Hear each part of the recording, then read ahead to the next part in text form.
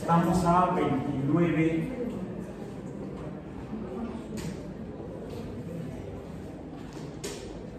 de octubre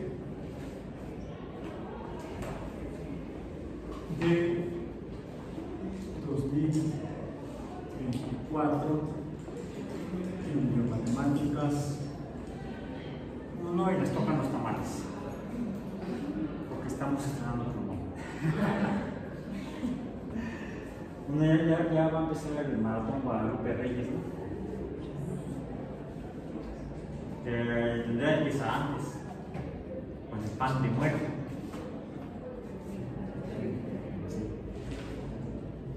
Termina con la rosca de Reyes. No es cierto, porque luego continúa con los tamales del día de la bandera.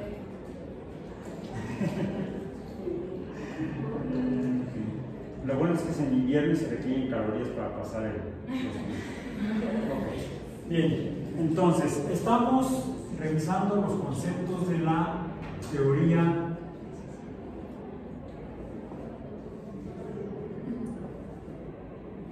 de conjuntos.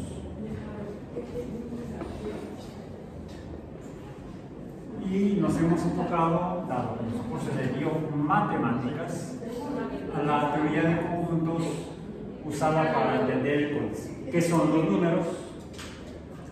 Por eso llamamos teoría de conjuntos numéricos. Y el día de ayer vimos algunas formas en las cuales se representan los conjuntos como los conjuntos numéricos, aunque pueden ser cualquier tipo de conjuntos. Dijimos que habría en general dos grandes tipos de formas de representación de los conjuntos, o por así hasta tres. La primera es representación.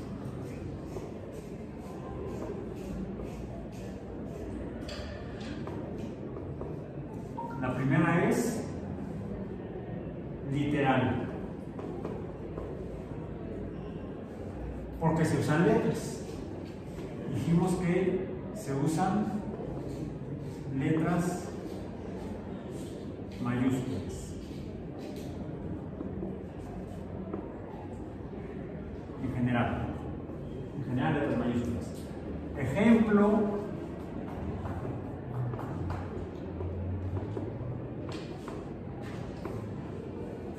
el conjunto de los números naturales, el conjunto de los números reales,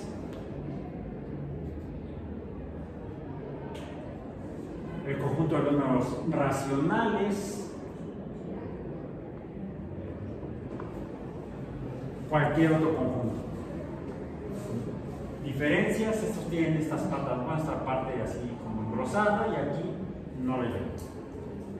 Esa sería la representación literal con letras mayúsculas. La otra, a la siguiente sería alfanumérica.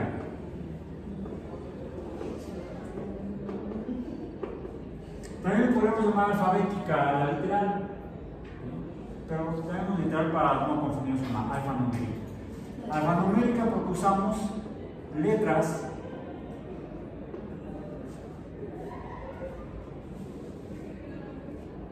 números y otros signos. Aquí también debemos usar otros signos.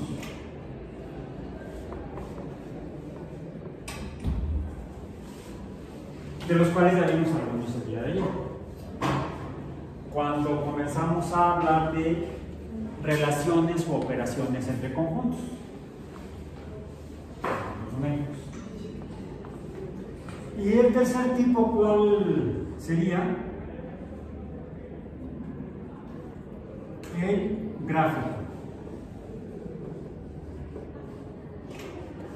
que es con diagramas.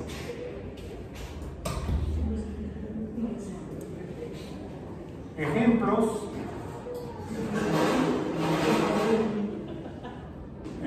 Alfanumérico, vamos a poner aquí un ejemplo.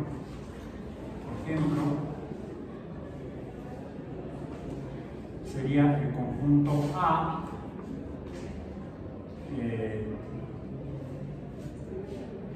tiene los elementos A, B y C. ¿Por qué puse que son letras, números y otros signos?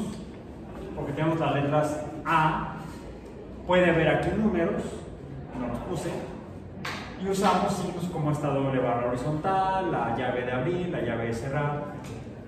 Aquí otros signos.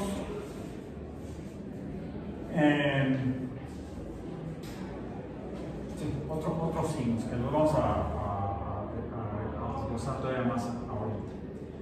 Y ejemplos como en el caso de los diagramas, las presentaciones de diagramas, como los diagramas de John, si va la H antes de la N, Ben, que son esos que típicamente están formados por un rectángulo en el cual podemos representar a cada conjunto participante o relacionado mediante círculos, por ejemplo, a los cuales ponemos el nombre a los conjuntos, el conjunto que tiene todo, es digamos el conjunto universo. Este sería el conjunto A, este sería el conjunto B, y estos serían los elementos del conjunto B. Aquí me sale una raya, que bueno, en el conjunto B hay puntos y rayas, hay más rayas que puntos. En el conjunto A hay puntos y rayas, pero hay más puntos que rayas. En este hay más rayas que puntos y en este hay más puntos que rayas. Pero estos ya son viejitos, son de hace 2 siglos, son del siglo XIX, que es cuando se desarrolló la teoría de conjuntos numéricos. La teoría de conjuntos numéricos, a partir de los trabajos de Georg Cantor. Cantor fue, la teoría de conjuntos numéricos, fue un producto generado por, entre otros, por Georg Cantor. John Bell trabajó con diagramas, pero hubo otros matemáticos, Georg Cantor alemán, John Bell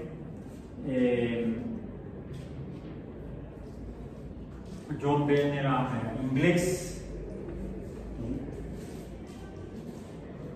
pero habría otros matemáticos que también estarían contribuyendo a avanzar la teoría de conjuntos numéricos en particular. Déjenme ver, por acá. Sí, ok. En el siglo XIX en particular, como Cantor y Ben, pero habría otros que incluso también trabajaban en teoría de conjuntos numéricos mediante diagramas, como un matemático inglés que también escribió cuentos. Seguramente han leído, oído o visto los cuentos de este matemático.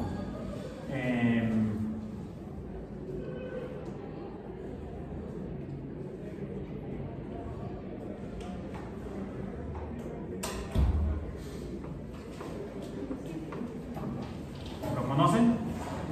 ¿Han leído sus cuentos? O las películas que hizo Walt Disney, o ¿cómo se llama el que hizo el fantástico mundo de Tim Burton? También hizo películas sobre los cuentos de Charles Ludwig Tolkien. ¿No las conocen? ¿No las han visto?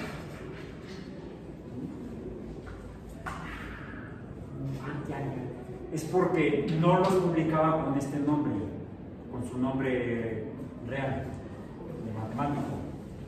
También conocido en inglés, ya que estamos hablando de ingleses, also known as, también conocido como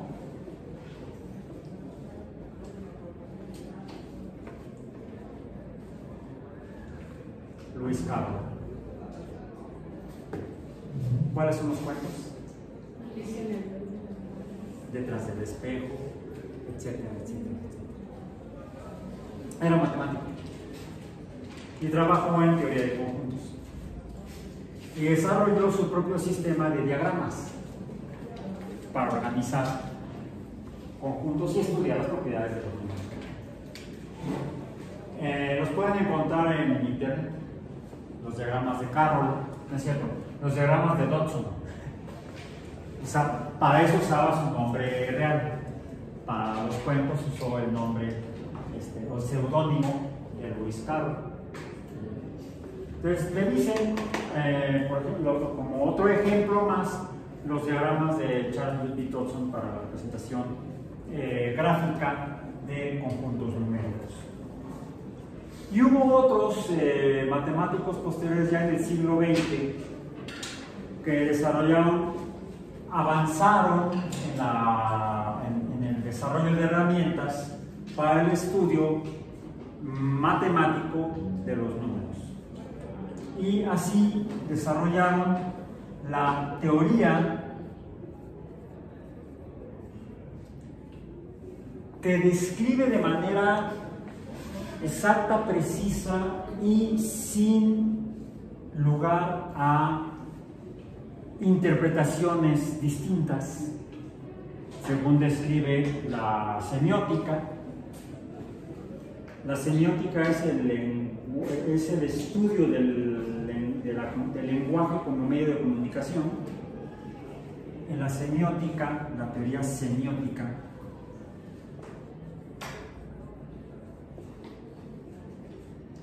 nos define o describe, de hecho la semiótica es una rama de la filosofía.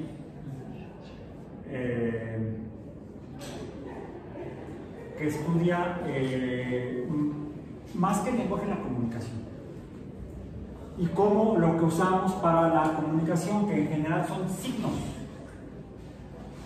que los signos no necesariamente son gráficos, o sea, no son visuales, no son formas de representación de plasmar en alguna superficie las ideas que concebimos los humanos.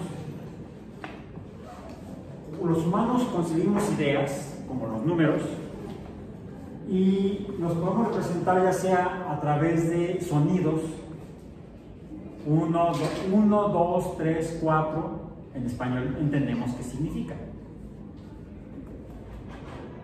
Es un signo fonético, un sonido. Si yo digo un en francés, eins en alemán, eins, one en inglés, Oshitoko, Oshitaka. No, no es japonés, es neozelandés.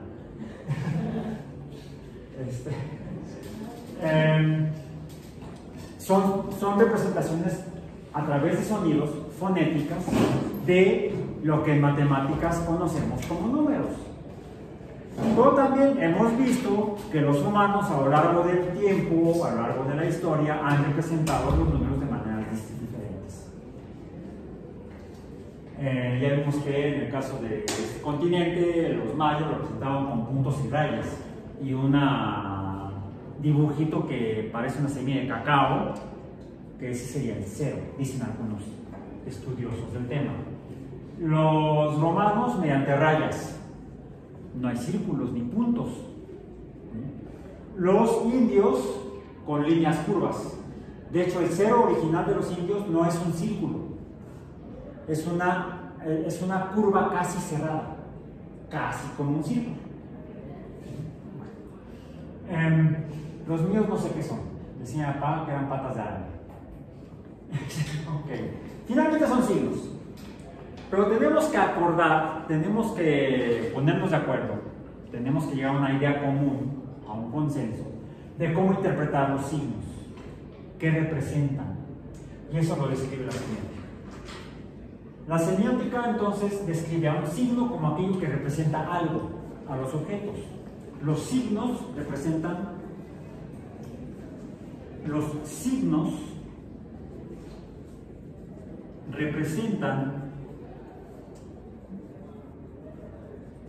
objetos. Cualquier objeto puede ser real, existente, en la naturaleza o artificial como las bancas. En la naturaleza no existen bancas. Podemos sentarnos en una piedra, pero es una piedra. Bueno, en geología sería una roca. En geología son rocas, no piedras. Los geólogos no estudian piedras, estudian rocas. La próxima vez que digan, ay, me entró, ¿qué pasó? Que me entró una roca en el ojo. No, una piedra, es una roca. Y una muy pequeña. Imagínense, no. Si dicen eso allá en la calle, la gente se va a quedar, ¿estás loco? ¿Qué te pasa? Una roca, ¿no? La gente entiende roca como algo grande, una piedra grande. Es como también en geología, en geofísica, ¿qué es un terremoto? ¿Ya llevan geología los que van a biología? No, tú ya llevas, ya fuiste y regresaste. Ok.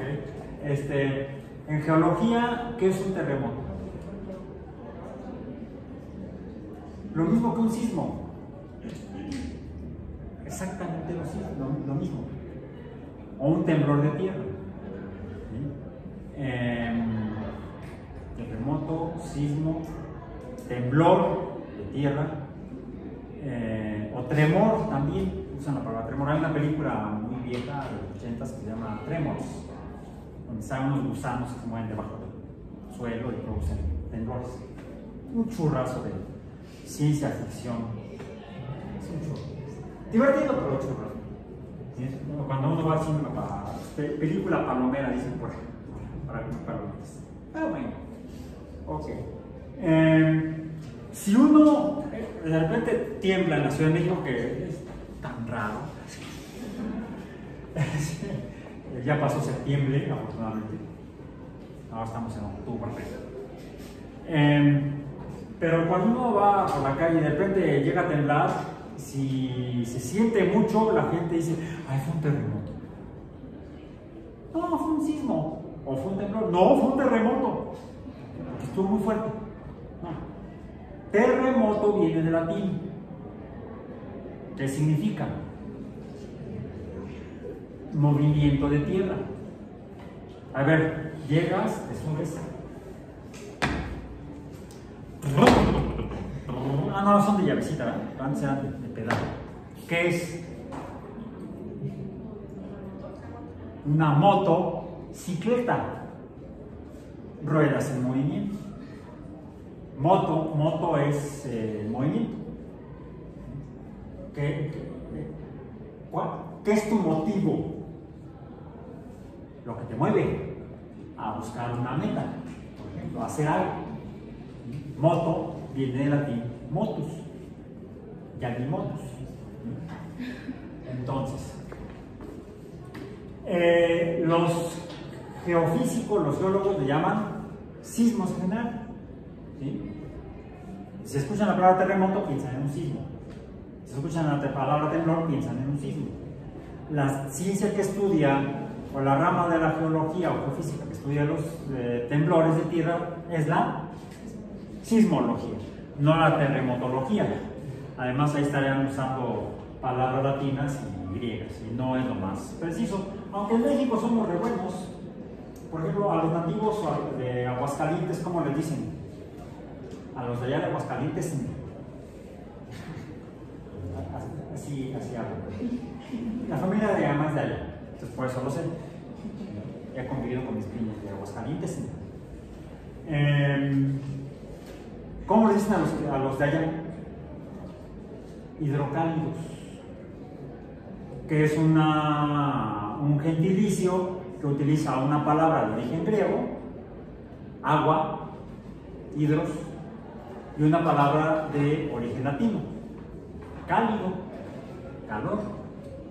Termos es griego, calor viene del latín.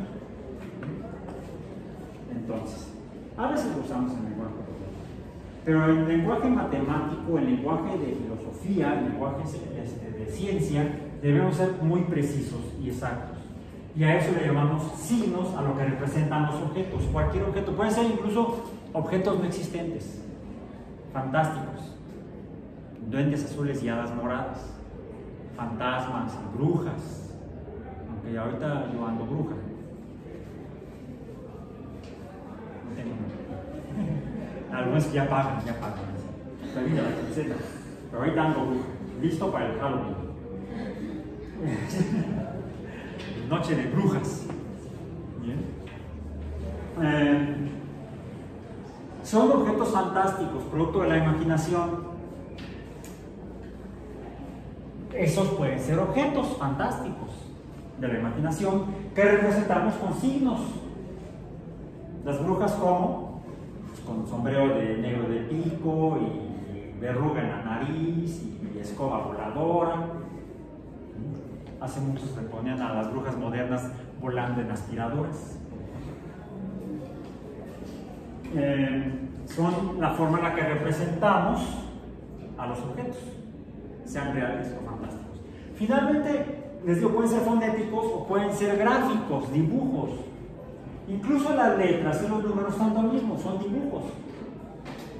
Pueden ser rayas, pueden ser puntos, números, o pueden ser esas cosas que derivamos de los números indios. Estos usamos en español un alfabeto fonético.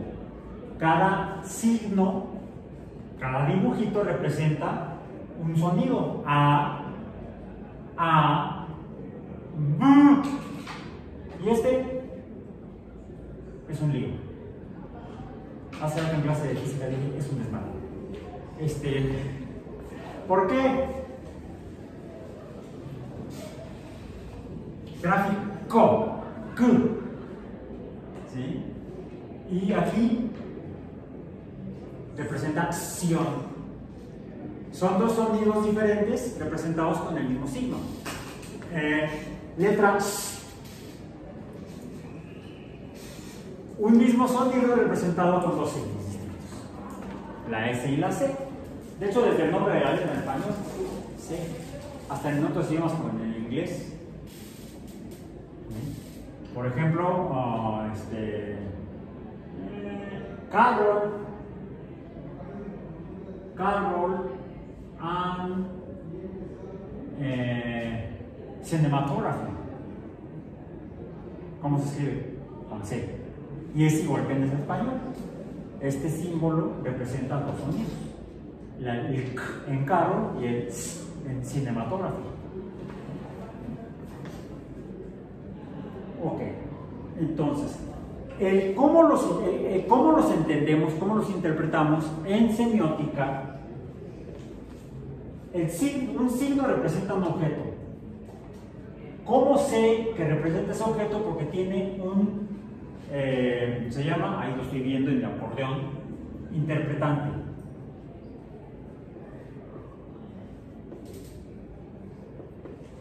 En español cotidiano de la calle es significado. El significado del signo es, en semiótica se llama interpretante, no significado. ¿Bien? Y el intérprete es quien le da el significado al interpretado, al signo. ¿Sí? O sea, eso, ¿quiénes son en este caso? En el caso de la matemática, los matemáticos, la comunidad de matemáticos se ponen de acuerdo y dicen tal símbolo representa tal cosa. En ciencia, en diferentes ciencias, hacemos lo mismo. Por ejemplo, ¿cómo representamos? Voy a escribir aquí algo.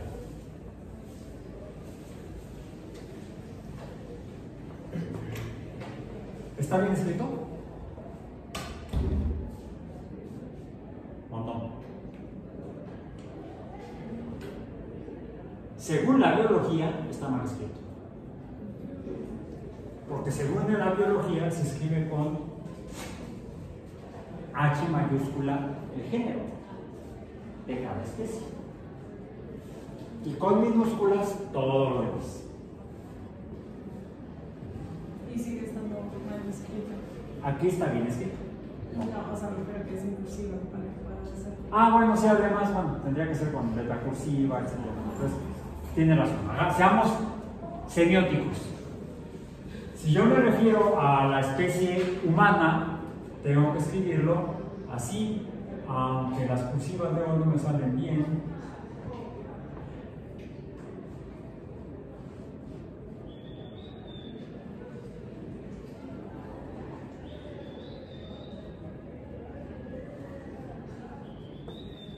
Hace mucho que no lo uso. Homo sapiens. La padre. Esa la aprendí en la primaria. No, en el preescolar. En el preescolar. Y casi no la uso. Ahí está. La ventaja de este tipo de letra es que siempre es cursiva. Siempre es cursiva. Entonces no hay posibilidad de equivocarse. Bien. Bueno. Entonces, en ciencia y en teoría de conjuntos, por lo tanto, y en matemáticas, el lenguaje tiene que ser exacto y preciso.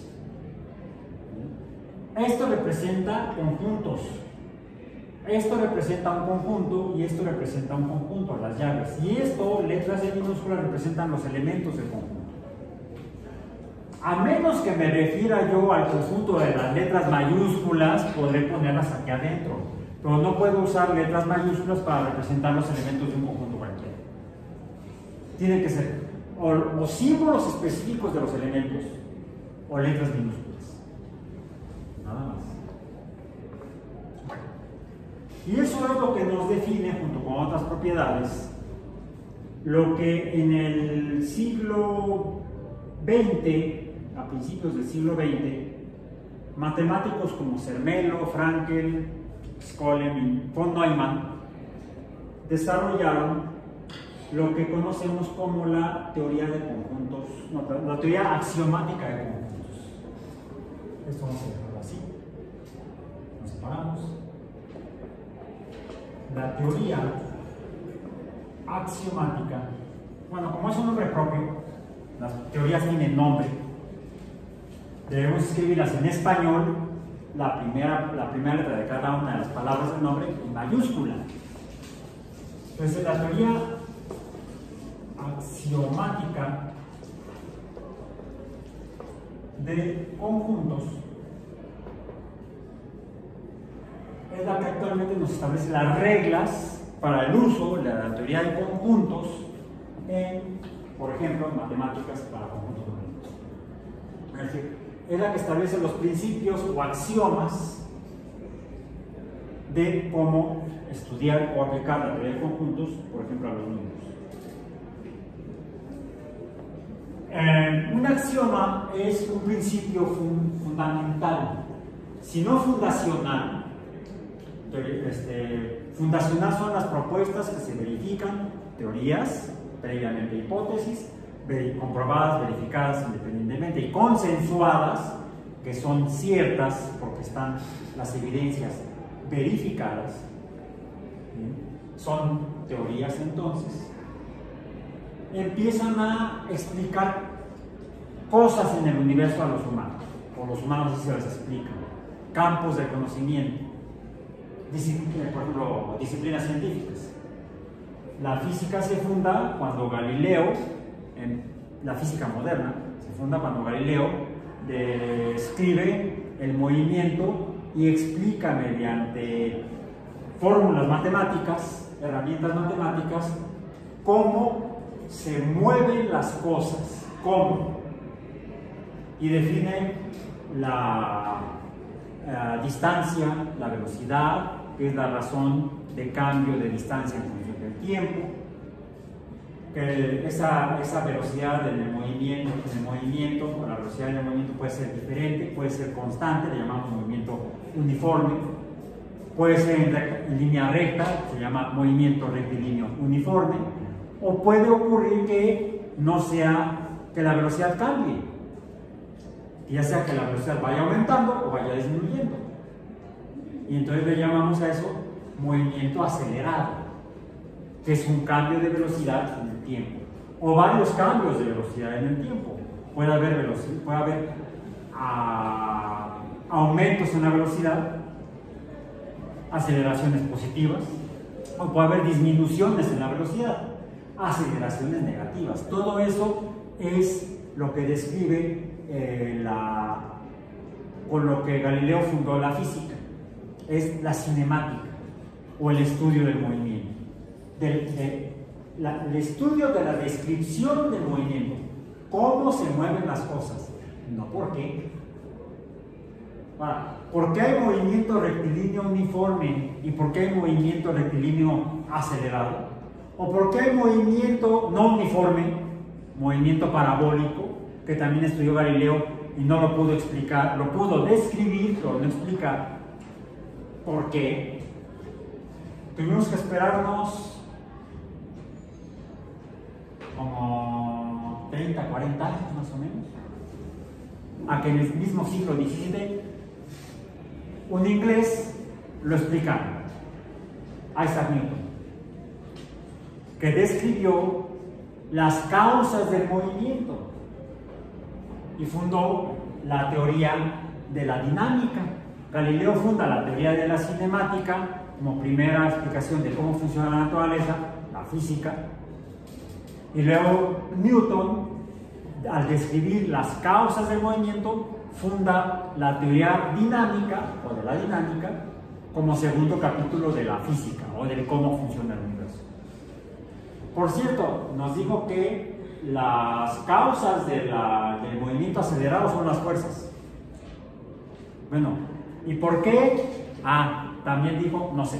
Bueno, no dijo nada más ahí se quedó. No, sí dijo, y da pena. Bueno, a mí me da pena. A él no, él se sintió orgulloso. Dijo que la causa última era Dios, en un libro fundacional de la ciencia. Está escrito de su puño y letra y la vi luego de la imprenta. No son mentiras. Porque Newton era teólogo también. De hecho, trabajó en la universidad, en la escuela, en el colegio. No era en la escuela, la universidad no estaba organizada en escuelas. Esa universidad fue Cambridge. Está organizada no en escuelas, sino en colegios. Algunas universidades se organizan en escuelas, otras universidades se organizan en colegios. La Universidad de Harvard se organiza en escuelas. Hace poco hubo ahí algo que ocurrió en la escuela del Elvis de la Universidad de Harvard. Y la Universidad de Cambridge se organiza en colegios. Por ejemplo, Newton estuvo en el colegio de la Trinidad, en el Trinity College, el colegio de la Santísima Trinidad. En sus estudios teológicos, Newton dijo que la Santísima Trinidad era un invento que no había existido, según sus estudios teológicos. Le dijeron, Isaac, cállate. Mira dónde trabajas. Sí, ¿no? En fin. Entonces, él sí le echó la culpa a su amigo imaginario. Y finalmente fue a principios del siglo XX, cuando otro físico, pero el primero era Florentino, en el norte de lo que es Italia, Galileo. El segundo fue Newton, inglés. Y finalmente un alemán, aunque renunció a su nacionalidad alemana, Albert Einstein, explicó por qué la gravedad causa el movimiento acelerado. Lo que dijo Einstein fue que la causa de la gravedad es que las masas deforman el espacio. Y esas deformaciones en el espacio causan que las cosas se muevan. Es como si te subes una resbaladilla y ¡pum! Es la inclinación de la resbaladilla la que provoca tu movimiento. Bueno, entonces, así se fundan las teorías, las ciencias mediante teorías, pero decimos, se basan en evidencia, ¿no? Pero si tratamos de contestar al final cuál es la causa inicial de todo, vamos a encontrar que no encontramos una prueba, una evidencia. y entonces tenemos que plantear algún fundamento en el cual estemos de acuerdo que podemos comprobar todas nuestras siguientes explicaciones.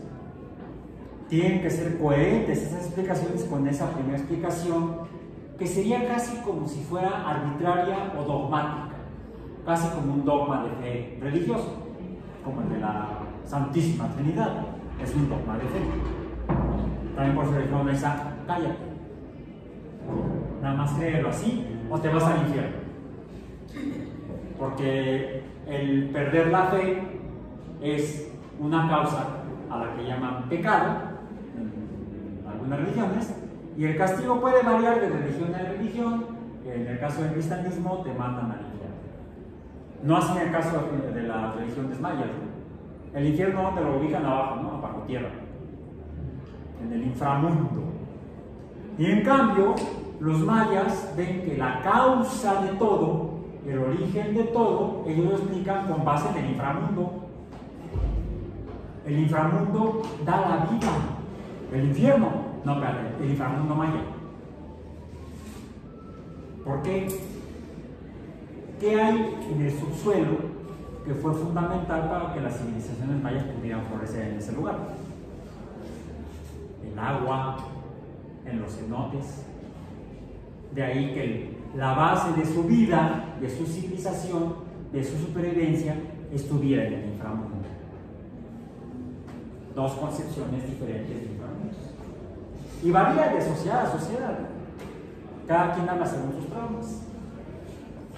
Bueno, entonces, pero a veces todo se plantea con un principio fundamental que puede ser no comprobable como si fuera un dogma, pero en ciencia no es un dogma, porque a partir de esta idea no cuestionable se tiene que plantear todo lo siguiente y tiene que ser coherente.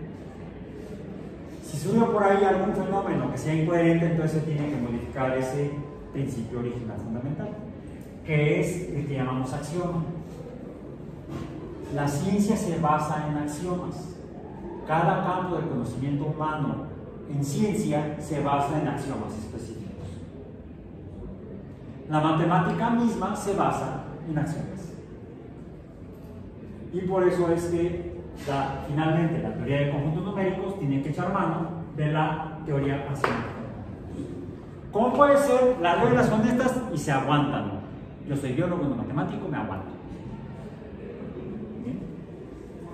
¿Qué es, por ejemplo, el lenguaje escrito que usamos para representar todo lo que conforma a lo que vive en los conjuntos, desde el conjunto mismo hasta cómo lo representamos, sea de manera alfanumérica o sea de manera gráfica? Así, por ejemplo, decíamos que un conjunto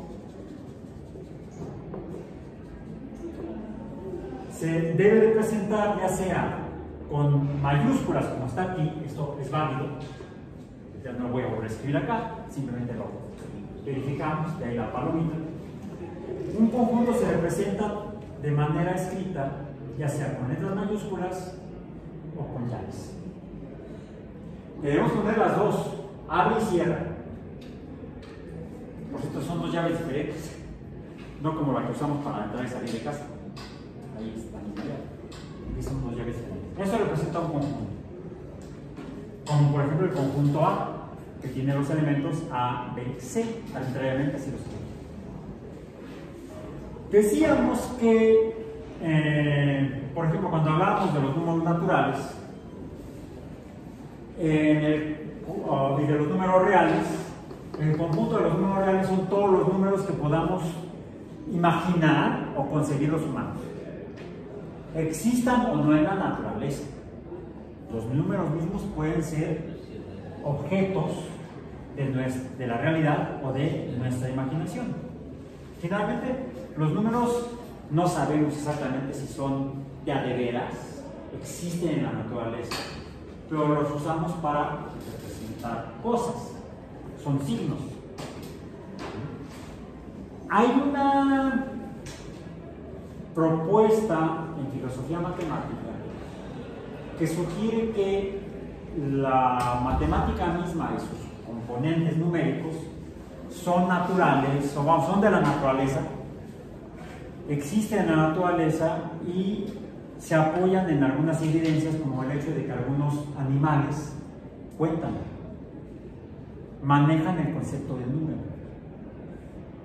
como representación de cantidad. Y no es porque vayan por la vida escribiendo en indios, mayas o romanos. Tienen sus propias representaciones de cantidades, el objeto de la cantidad. Número.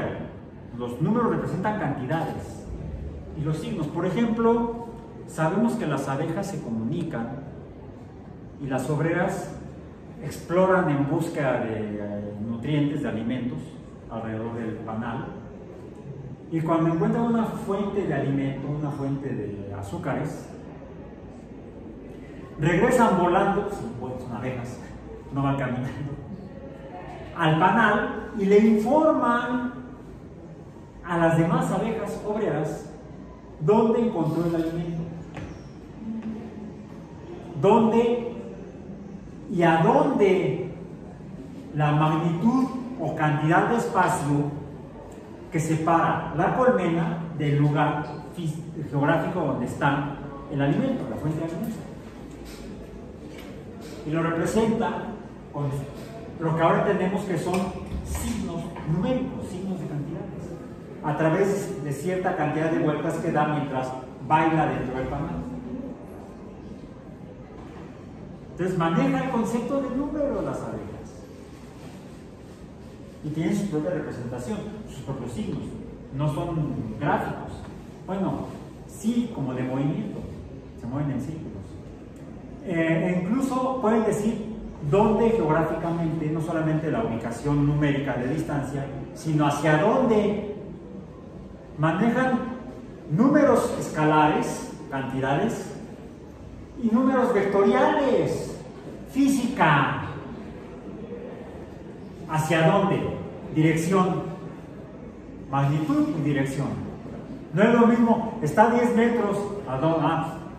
No, menso, es para allá. Dirección diferente. Misma magnitud, pero dirección distinta.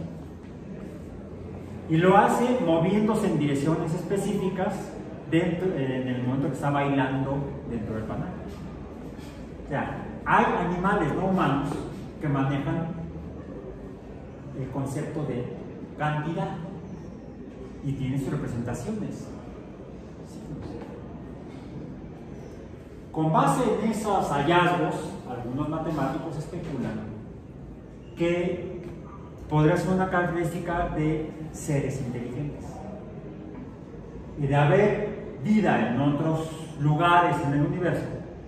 Y si esa vida llega a desarrollar inteligencia, debería entonces ser capaz de concebir o desarrollar el concepto de cantidad y por lo tanto de número.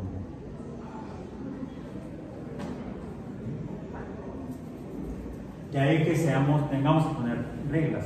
En el caso de, por ejemplo, de la física, las cantidades, magnitudes de espacio, pues históricamente sabemos que los egipcios medían en codos.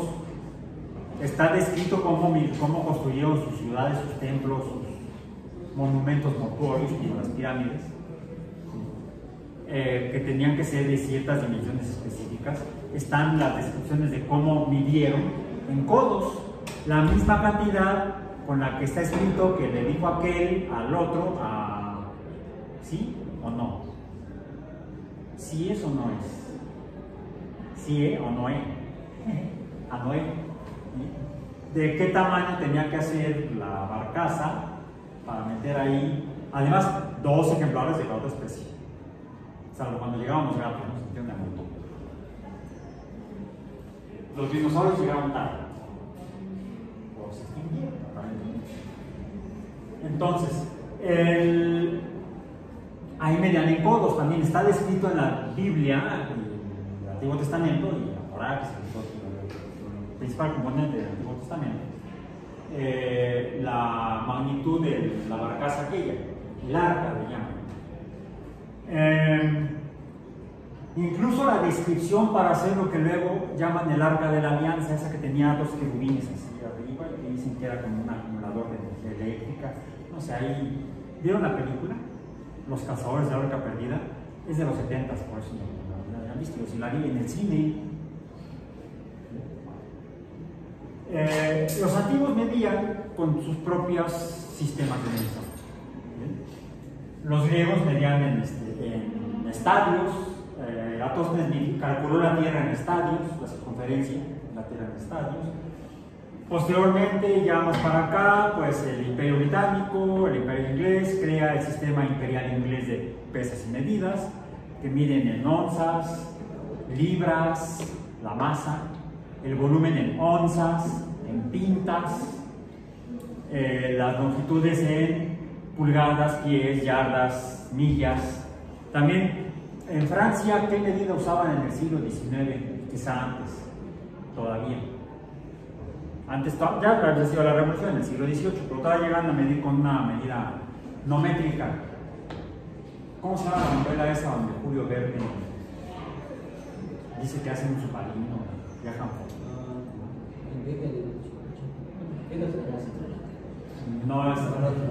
No, hubo muchos viajes, la vuelta en 80 días, el dueño del mundo, que viaja en un dirigible, mencionaste Viaje al centro de la Tierra, no, pero hay una que tiene, en su nombre, la novela, tiene una medida de espacio, 20.000 leguas de viaje submarino. La legua es una medida de longitud. Entonces, como se dan cuenta, históricamente los humanos hemos usado diferentes signos para medir longitudes, cantidades de espacio. Finalmente, en el siglo XIX, en 1786, cuando le cortaban la cabeza a Luis, precisamente usaba una medida que había hecho Eratóstenes de la circunferencia de la Tierra para definir una medida natural, no divina, porque el rey Luis decía que era Dios, casi rey por designio divino. ¿Sí? Le cortan la cabeza, al diablo se va, el que decía que era por Dios.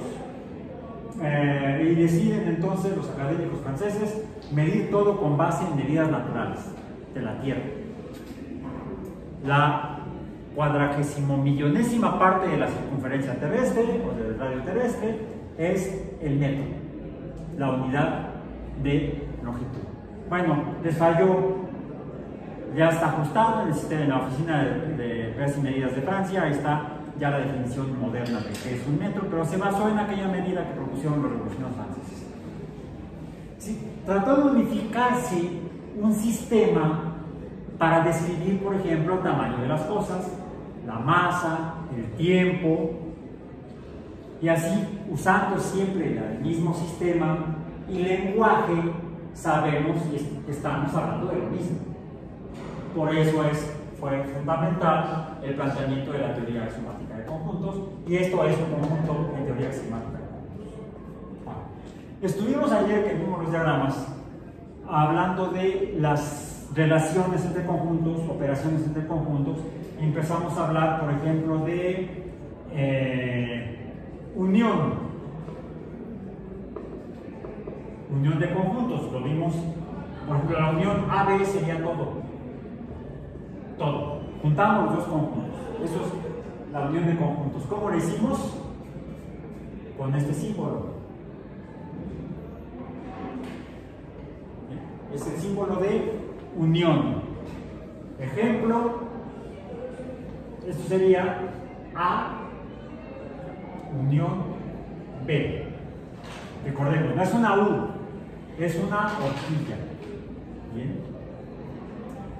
La parte donde conjuntos, vamos a representarlo así, con los diagramas de Venn, no de carro.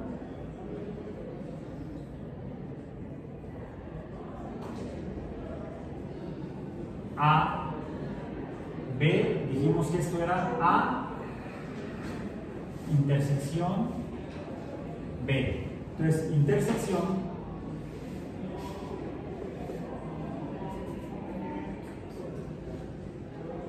usamos el símbolo, la horquilla invertida.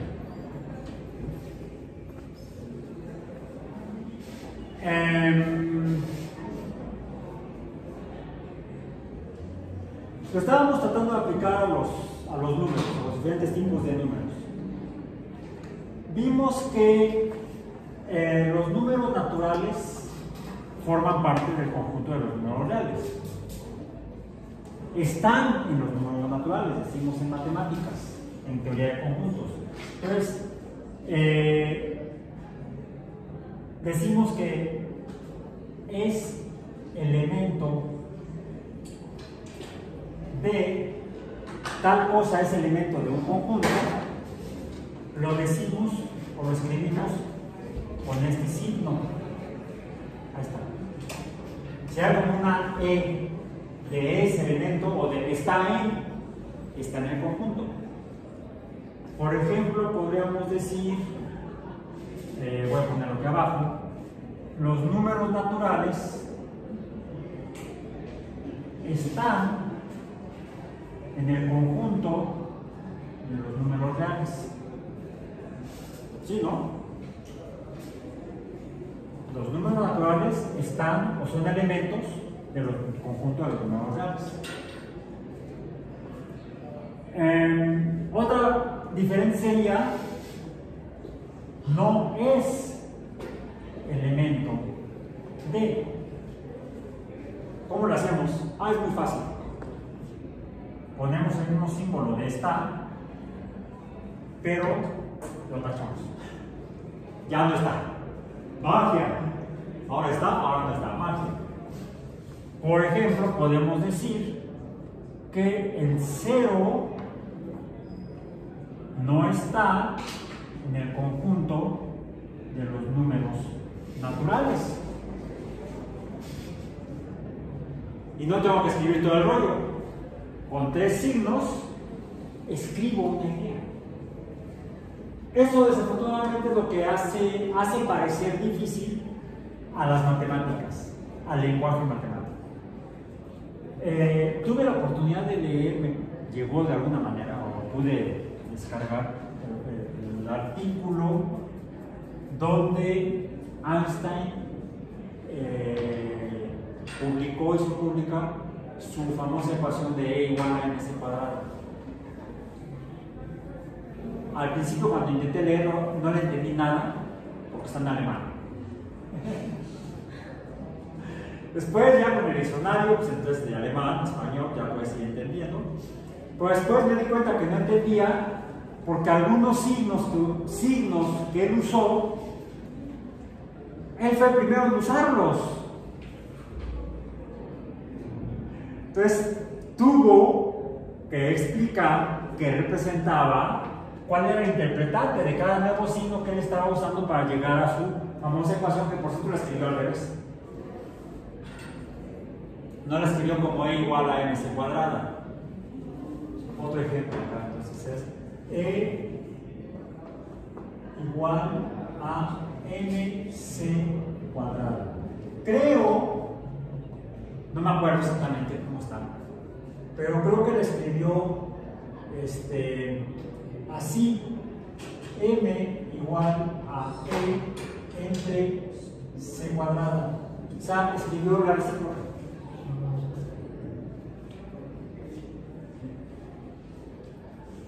Así está en el artículo, así se popularizó y ya se conoce por todo el mundo.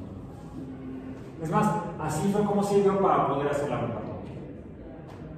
¿Cuál es la masa crítica que necesitamos para obtener esta energía? Un feo uso de la ciencia, dijo Richard Feynman, físico norteamericano que trabajó en el proyecto Manhattan de desarrollo de la bomba atómica y que fue uno de los que calculó la masa crítica. Bien. Ahora, a su vez, podemos ser más específicos en esta. ¿Cómo es que está el conjunto de los números naturales en el conjunto de los números reales? Decía, lo mencionamos como un subconjunto, ¿verdad? Bueno, subconjunto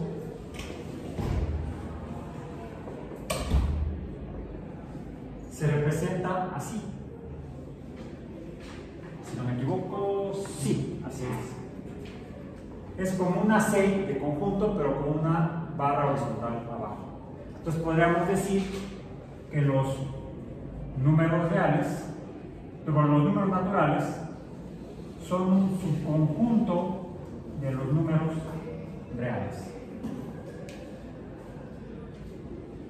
Entonces no hay por qué asustarse.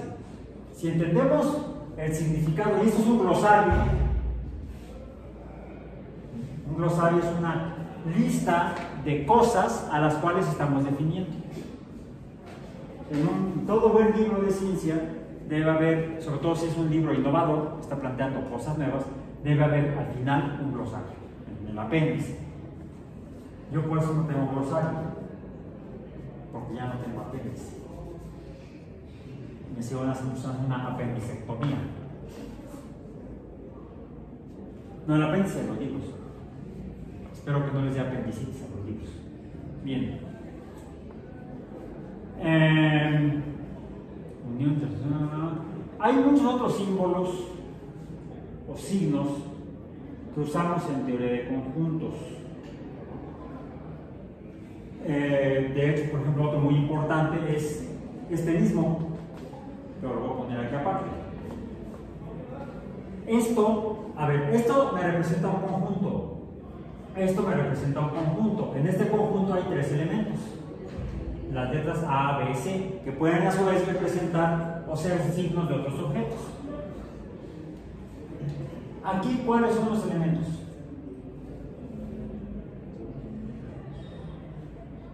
Esto está representando un conjunto. Al haberlo puesto yo así, está representando un conjunto. ¿Cuáles son los elementos? No hay. Es lo que se conoce como un conjunto vacío.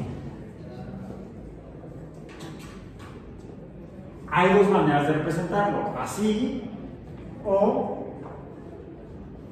con un círculo tachado, con una diagonal.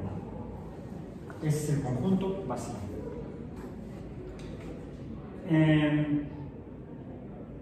Hay otros símbolos o signos que podemos usar para representar relaciones, ya no solamente entre conjuntos numéricos, sino entre cantidades específicas. Relaciones entre cantidades. O incluso ideas. Por ejemplo, esta, una letra mayúscula cualquiera con una barra anterior, en conjuntos, no en aritmética, en conjuntos en teoría axiomática, significa no es el caso. O sea, no hay fundamento, no hay evidencia. Sería más o menos parecido a esto, no hay, o a esto, no hay nada. No es el caso. Cuando juntamos dos conjuntos, hacemos una unión. También decimos que las dos cosas juntas, que las estamos juntando, eran independientes, pero ahora las juntamos y forman un todo. También la podemos representar así. A es un símbolo que también se usa en el inglés. ¿La reconocen? Representa la conjunción y en español. En inglés, en español usamos dos conjunciones básicamente, la de unión, juntamos, es más, conjuntamos, estamos hablando como si fuera teoría de conjuntos. Cuando conjuntamos cosas, cuando juntamos palabras, cuando juntamos cosas, usamos la conjunción y, fonéticamente y, pero gráficamente usamos la letra que llamamos Y o Y, dependiendo. En inglés usan la palabra and, AND, tres letras, una vocal, dos consonantes, o este símbolo que se llama ampersand. Y entonces decimos A y B, que sería equivalente a A unión B. ¿Van? Juntar todo, debo considerar todo lo que está en esos conjuntos, A y B. Entonces, esto es A y B en español, vamos a decir. A y B. En teoría de conjuntos, A unión B. Son equivalentes. Otra conjunción que usamos en inglés, o en español, es demasiada influencia en inglés en esto. ¿Ves, Luis Cabo? Una frase icónica de Alicia cuando se encuentra con el gato Jason, el gato de Cheshire, es cuando Alicia está desesperada y entonces el gato le contesta en inglés: "We're all mad here". Todos estamos locos aquí. Cualquier semejanza con la vida real es mera coincidencia. Por eso tiene tanto de matemático e ideas abstractas a los cuentos de Alicia, o sobre Alicia. Hay otra conjunción que usamos en español. A ver, la conjunción y en español y and en inglés, o unión en teoría de conjuntos, es incluyente. Hay que poner en una sola caja todo, lo incluimos todo. Es una conjunción de inclusión. Hay otra conjunción que representa la exclusión. Puede haber uno, pero no el otro. Debemos elegir uno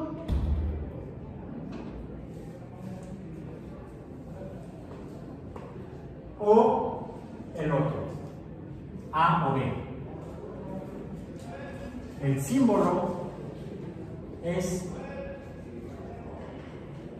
no es una U o B, V. No, esto representa exclusión. A o B, pero no las dos. Es una o la otra. En español, por cierto, también usamos otra letra. ¿Cuál es? Y otro sonido. Por problemas fonéticos. También aquí, en la conjunción incluyente. La león, león y iguana, no, o sea, león e iguana. O como cuando decimos lobo o oso, lobo u oso. Eso provoca que en el español tengamos que cambiar el género del artículo, de algunos artículos tanto definidos como indefinidos. Por ejemplo, águila es femenino, no importa si es macho o hembra. Si es macho decimos el águila, y si es hembra, el águila hembra. Para que suene mejor que si decimos la águila. Y hay un problema fonético ahí, un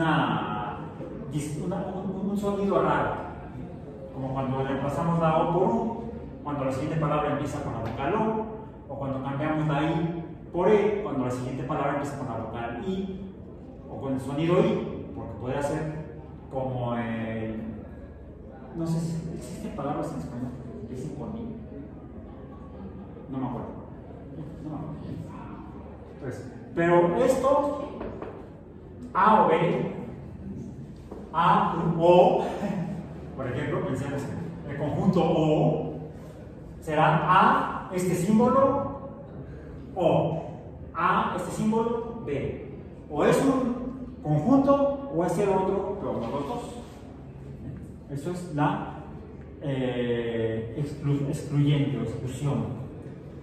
Cuando hay consecuencia, cuando algo produce algo, la deformación del espacio, por cierto, no está aquí, es la ecuación de energía, no la ecuación de la gravedad de Einstein, que se parece mucho a la ecuación de gravedad de Newton. Por ahí le metí unos poquitos elementos más. Pero básicamente es la misma, la modificó un poco, la precisó. La causa de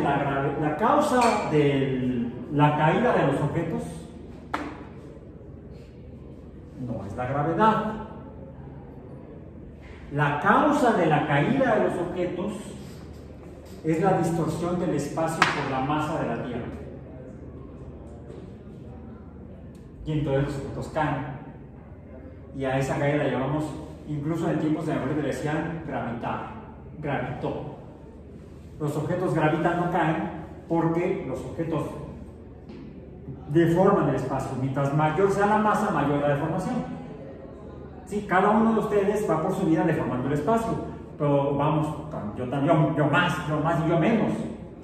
Con mis, creen que 50 kilogramos, pues yo creo que el espacio ni se entera.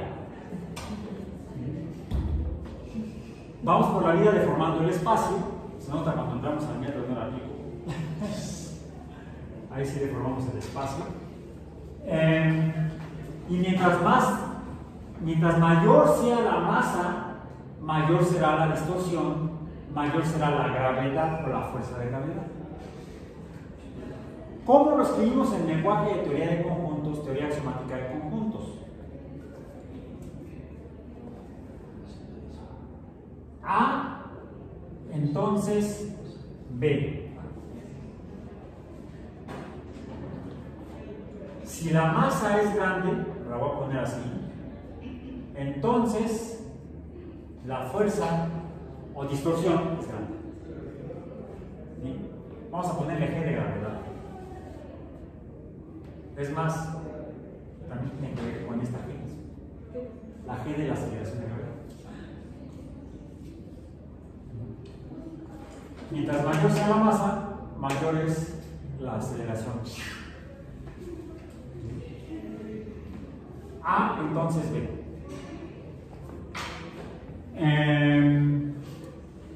Hay otra. A, B. Estas no solamente es de consecuencia, si hay A, entonces hay B, sino que esto se lee así: si hay A, hay. Para que haya B, o B solamente puede haber si y solo si hay A. Vamos a ver, es una de una condición de indispensabilidad. ¿Qué es indispensable? Indispensabilidad, ya me salió. ¿Sí? Que es estricta la relación. Está estrictamente relacionado. No puede haber uno sin el otro. Sí y solo sí. Hay otra que está bien loca. Así. Déjenme ver, porque no me la sé de memoria. Uso mi memoria axiomática, mi acordeón, mi apunte. Ustedes también lo pueden usar. No tiene por qué no ser así. Es esta cosa. Sí, vamos a poner como ejemplo la letra A minúscula. Este símbolo en particular, vamos a ponerlo así, como una A invertida. Esto significa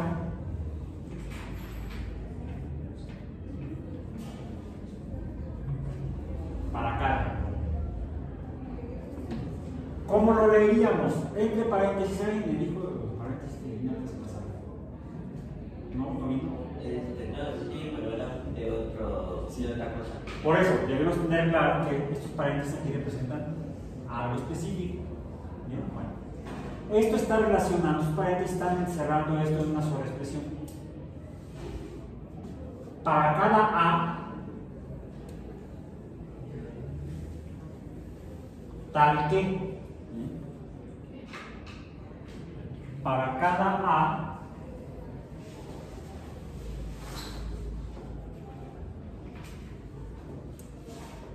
hay una A.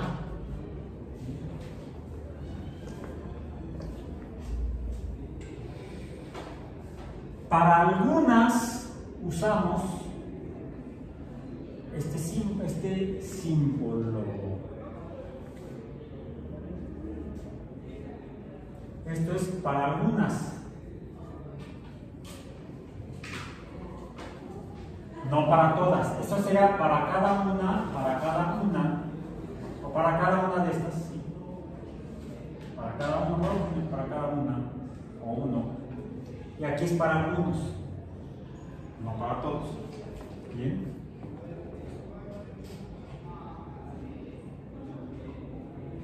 Y otra es esta misma, que por cierto en el apunte me di cuenta que la escribí al revés. Si le pongo el signo como de admiración, no déjenme que lo borro, como si fuera un signo de admiración. Esto significa hay exactamente o solo una, solo hay exactamente A o una A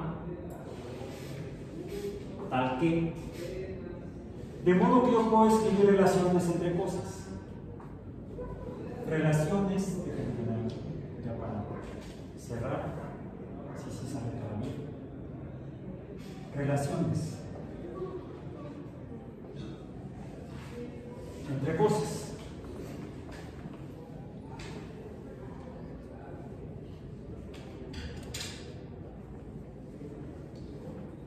Relaciones, por ejemplo, cantidades, la cantidad de X.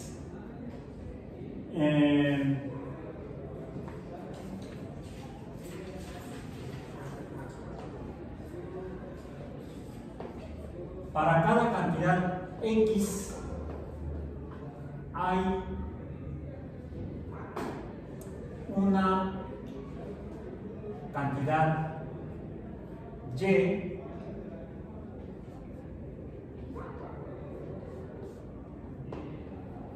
tal que X es igual a Y. Entonces, básicamente una función. Efectivamente, esto es lo que llamamos una función. En teoría de conjuntos, en lenguaje de axiomático de teoría de conjuntos, se debe escribir así.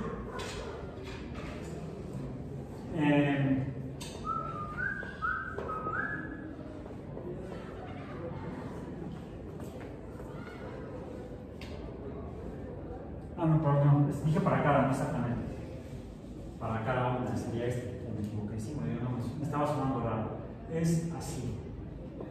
Paréntesis, la A invertida, que no es una A, es decir, el símbolo para cada A, no para cada X dijimos. Para cada X hay una Y, de modo que X es igual a Y.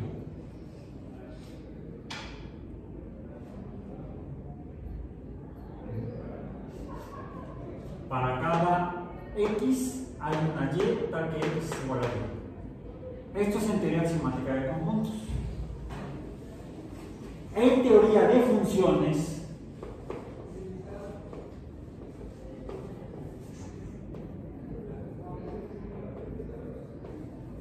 sin embargo, lo escribimos diferente.